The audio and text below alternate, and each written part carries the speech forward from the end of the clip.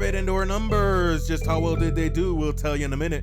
Blood and Guts. Where? We'll tell you. We won't keep it a secret. What did Bishoff think of a certain match at Forbidden Door? We'll tell you. Right now.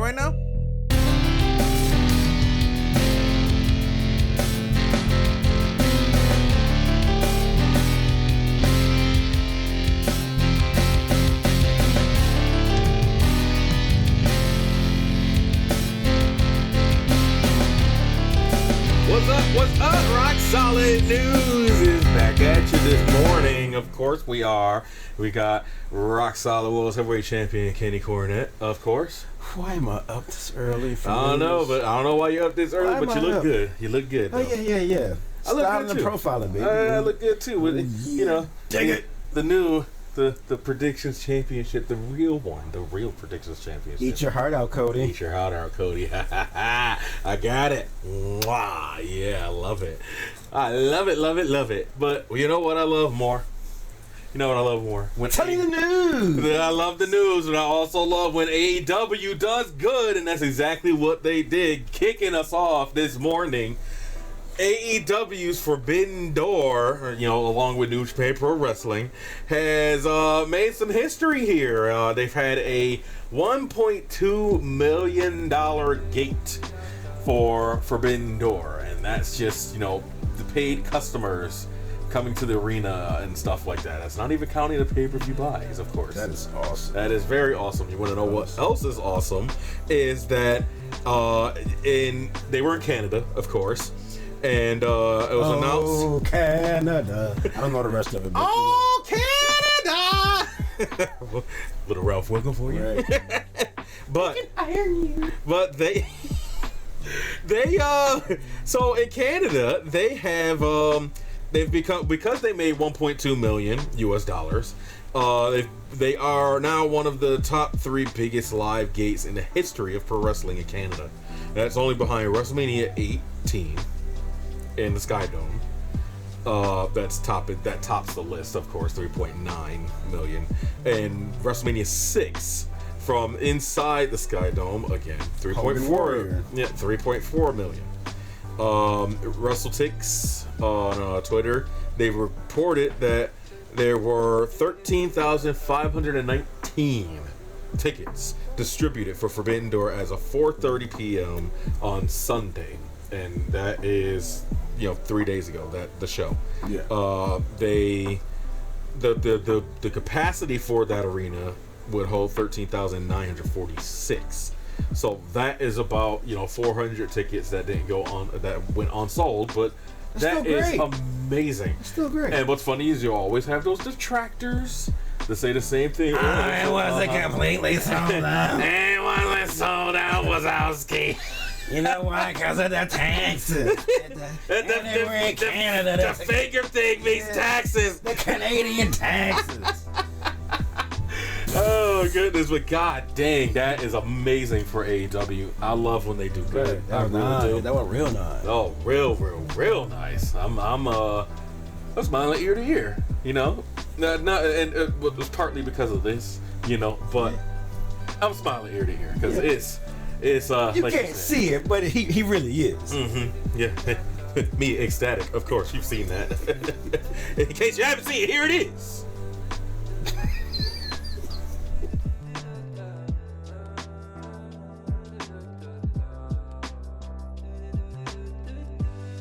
AEW is planning a Blood and Guts match again this year, and Blood and Guts Murphy. I love it. Bleeding Gums Murphy. Bleeding Gums match. All right. Knowing Moxley, if he's in it, he's gonna have bleeding gums. Have gums, teeth, anything. Just drinking piss, whatever. You know what he does. He loves to gargle it. It's all right. We're gonna mix it all up and turn it into a nice stew. Mr. Gargamel. I'm gonna drink it all down and grind your bones up. But we turn you into mincemeat. Oh, he like is that say a mincemeat pie? Right. But anyway, getting back on topic. Knows I'm winning the bleed. Fightful Select has reported that AEW is planning to hold this year's Blood and Guts matchup from the TD Garden in Boston, Zenith Town. Well, it's closest team in town, West Newbury. Yo, 5 Foot is kicking ass. Yeah. News. But yeah, we had to steal one of your headlines. That's okay. That's okay though. Yeah, that's right. You know, we like You can share. How's it going? You can share. Yeah. It's alright. It's okay. This has not been confirmed yet, so we have to let y'all know that it hasn't been confirmed yet. And there is no word yet on who will be competing in this year's Blood and Guts match. Though the front runner, most likely, is the Elite in the BCC, or the Outcast versus the AEW Originals, which I think that storyline has fallen way flat now. So like, it's just, you know, the women's they're just, you know, around the world title and stuff like that. So of course, you know, AEW, they held their inaugural Blood and Guts match back in 2021 here in Rochester. We were supposed to, you know, have that come near here, Newark, and you know, then the pandemic happened. That was, you know, I think they got it again, right? Newark. Yeah. That was Pinnacle and Inner Circle. Y'all remember that? Everybody dumped on that too. The finish of that, even though it was cool as hell. It was cool. It was cool to me. You know, I don't know. You know, you never know. You never know.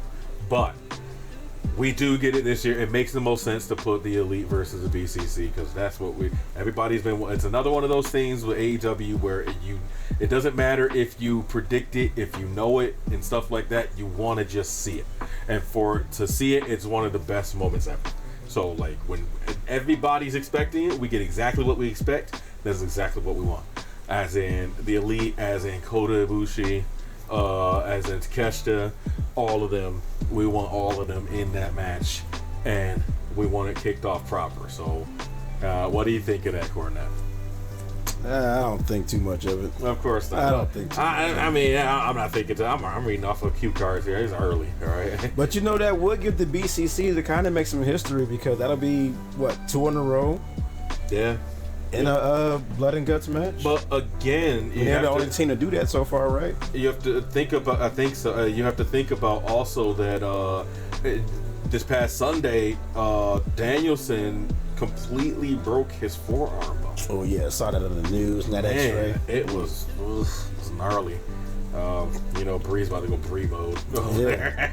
Bus got weak bones. Yeah, that's okay. That's okay. Okada took him to the limit. Should have been drinking that vegan milk. Yeah, absolutely. Some actual milk though, so I was some calcium in it. Not that goat oat shit. Yeah, like drink so much. Yeah, exactly. Yeah. Oat milk, goat milk. They rhyme. You know what rhymes, Marge? Admit it.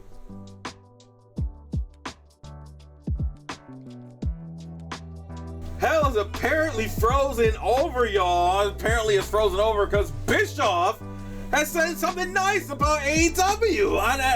I'm gonna read it for you because it's almost unbelievable, to be honest. What did he say? I'll tell you right now. What did the man say? Cider Town, is it tangy and brown? What is this? Can we get something else here, please? Like this is not. I thought it was clear and yellow. You got apple juice, fellow. Yeah, you got. We know the rhyme and like what is this? This isn't wrong. Oh, wrong notes. This is wrong. Wrong notes. Come on, take 2. All right, we got it now. We got it now. Don't worry. It's okay. He did actually say stuff. All right. And again, our friends, Fightful Solid. Of course. I don't know if they consider us friends. This is only our second show. This is only our second day out here, you know. But speaking on 83 Weeks, again, that's his podcast. Bischoff was asked to share his thoughts on the bout.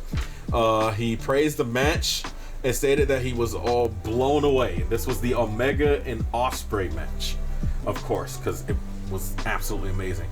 This to me, and I don't mean to put any negative connotations to it or anything, but this to me just says that they don't watch New Japan. You know, people don't watch New Japan because if that's and that's fine. You might not have, you know, access to it and things like that, and that's fine. But you know, some people think it's an acquired taste. Yeah, but that was almost the exact same match that they had at Wrestle Kingdom. It's just, you know, the tables turned. You know, with the table head smashing and it's literally it. That's it. Now, darkness, the tables are turned. Right. Do with them whatever you like. But the WWE Hall of Famer compared Ospreay to a tougher Shawn Michaels, and he called his in-ring skills otherworldly. And he also noted that he didn't know if he had seen anything better in the match, like in match. So I have I'll read part of his quote here. When asked if he saw it, he's like, I did see it. I will also admit that I have not seen much of Will Ospreay's work, or Omega's for that matter, but I was blown away. I hate to make comparisons because everybody's unique and different in their own way, but Ospreay reminds me of a tougher Shawn Michaels. He got the look, his in-ring capabilities was just otherworldly at this point. It was like the new school, very athletic, physical, dynamic, incredibly difficult, and high-risk type offense. It had all of that, but it also had Nick Bockwinkel, Vern Gagne-esque psychology. So the story was there. The psychology was there, the dynamic presentation, the athleticism, the two things that people clearly dig nowadays. That was there in spades. So, again, you know, if you had watched Wrestle Kingdom, you know, it was, I'm not going to say verbatim, but it was pretty much spot on. And this is what they've been doing for years. This is how Omega and the Bucks and Hangman and stuff like that, this is how they tell stories. So, like, for them to get their comeuppance now, it's cool to me. It's cool by me. I just wish y'all seen it sooner. That's all I'm saying. That's all Bucky 4G saying. So Eric, who doesn't tell stories exactly? Who can't get storylines across properly exactly? All the shit you criticize, and there's your proof in the pudding right there. Oh yeah, definitely. There was more than enough of that for anybody who loves that style and presentation, but it still had great psychology, pacing of the story, stuff like that. And they literally told the story. Yeah, oh yeah. For those who watched. And the way they were praising each other after the match and on social media and stuff like that, it kind of signaled the end, but I kind of hope we're getting a Rocky 3. I kind of hope it didn't. We're getting a 3. I hope they just run it back at Wrestle Kingdom, the next Wrestle Kingdom in January. It's always January 4th, y'all. So tune in, definitely. Just tune in. Where Ospreay still needs to get the win. Oh yeah, absolutely. He needs to cap go over this whole thing off. He needs to go over for sure. And to put a little bow on it, he has to go over again. Yeah, absolutely. I agree. And speaking of going over, we've gone over our time, y'all, because we getting the hell out of here. It's too early. Like I said, we don't care it's too early, but we just like to mention it. I got a job I gotta get to. Exactly. And here I am doing the news. Kenny Cornette. I must be losing my mind. The ROC Solid World Heavyweight Champion. Being over here this goddamn early in the morning. What's wrong with y'all? Talking about waking my ass up. Right, waking my ass up. Come over here. Ain't that a B? Ain't that a B? No, it's a P as a predictions champion, Bucky 4G, Marcus Johnson. Y'all take care now, you heard? Well, doing this news is a W for me because I am the world heavyweight champion. Good night, everybody. Hey, good night. I mean, good morning. I'm sorry. God dang it. It's still early. It is. We got to get it together. We got to get it together, Grouch. Yeah. Get a job, Grouch. We got a job. Don't worry. We got 2. many jobs make many monies. Yeah. Bye. Get out.